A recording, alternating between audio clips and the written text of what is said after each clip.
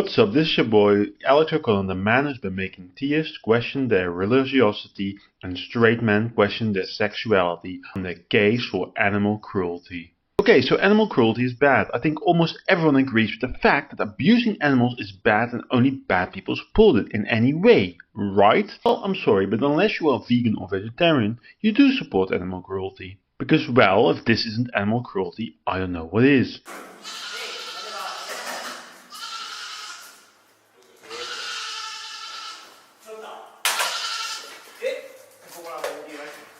But I also think that in some instances, supporting or contributing to animal cruelty isn't unethical.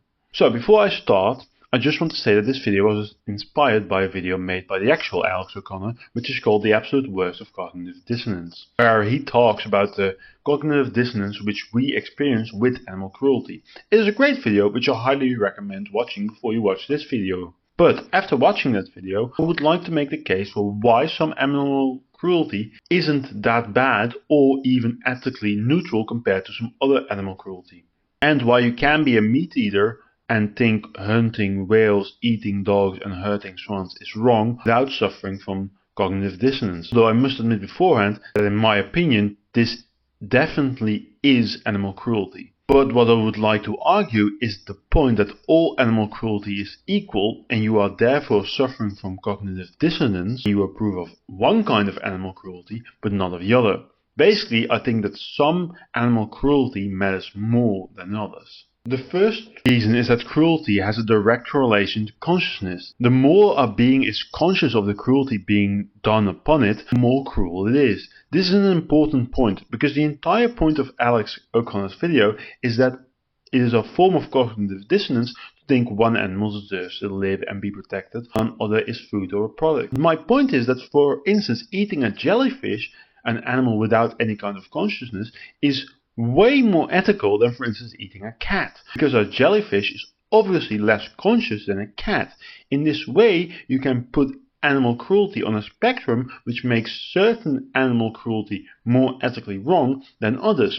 I would also extend this logic to humans themselves. If you, for instance, torture a person that is brain dead, I would say it is more ethical to do so than, for instance, torturing a person that is alive and completely aware of what is happening to them. Both are unethical, but both cases of torture are on a different place within the spectrum of how unethical it is. That is my point. The second reason on why animal cruelty can be differentiated is that certain animals are closer to us than others. This is basically the same reason on why it's morally coherent that you care more about the life of your own daughter than some random person on the other side of the world. You wouldn't want to live in a world where a person cares for their own kid as much as any other person, because that is a world without any direct love. Well, this same concept also applies to animals.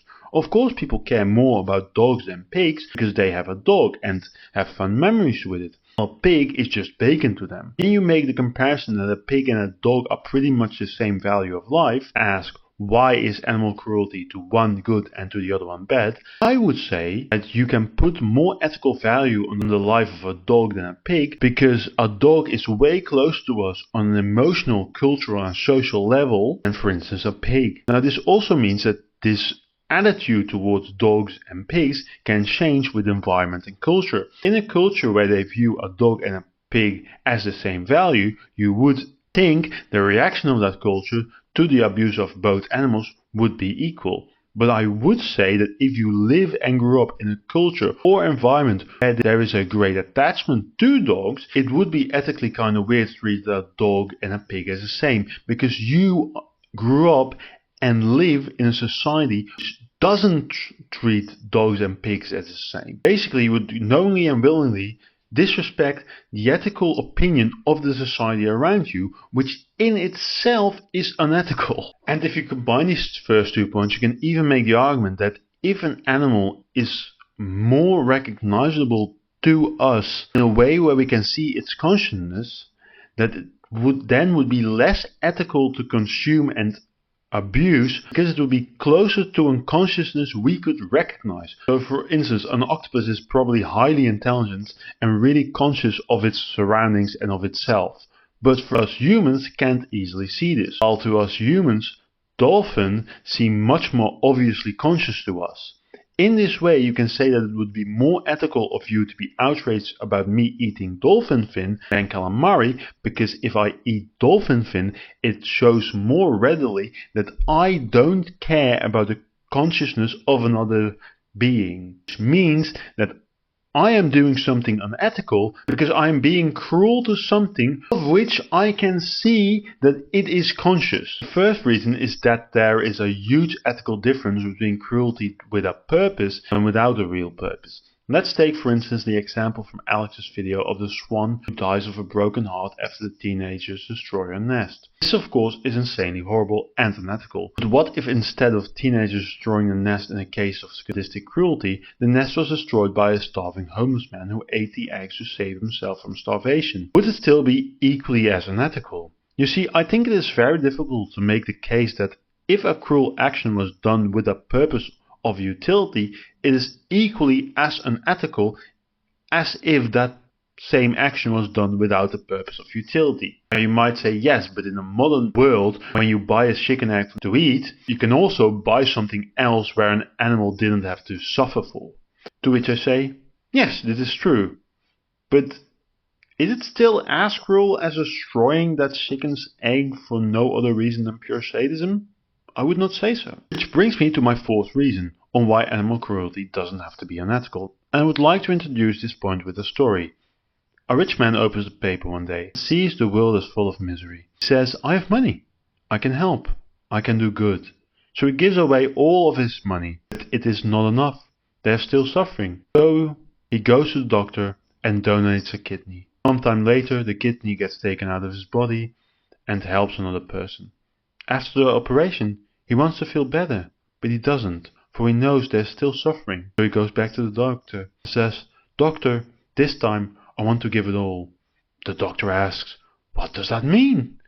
To which the man responds, this time I want to donate my liver, and my heart, and my eyes, and my ears, and I want to give everything. I want to give it all. All that I have, I want to give it away. The doctor says, this is madness, because giving it all away means suicide. After that, he sends the man home. But the man cannot live knowing they're suffering, and he could help. So he gives the one thing he has left, his life. To me personally, the point of this story is that in this world there is so much wrong and unethicalness, you have to pick what you are ethical about. For instance, most of the minerals in all our modern day technology is mined by child slave labor. We could all do the ethical thing and stop buying new technology products so that we stop participating and contributing into that system which is built on that slave labor. But we don't, because it is hard and we couldn't live our life the way we wanted. We couldn't live a fully fulfilling life if we chose to be ethical about that. And this choice about what you can be ethical about, in my mind, is a purely individual one.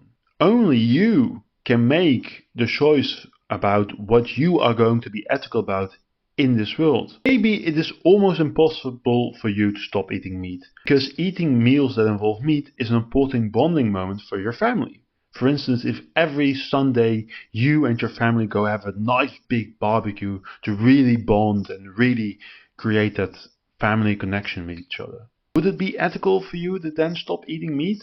Or maybe going vegan and making such a dietary change would negatively affect your own mental health too much. But you have, for instance, decided to stop eating chocolate, because the chocolate business is one of the most slavery-filled businesses in the world at this moment, and you don't want to participate in it. This is my point. In this video I never said that veganism is unethical or ethically equivalent to eating meat, because I don't think that. If you are vegan, I applaud you for taking the effort of not participating in a system which promotes and produces animal cruelty.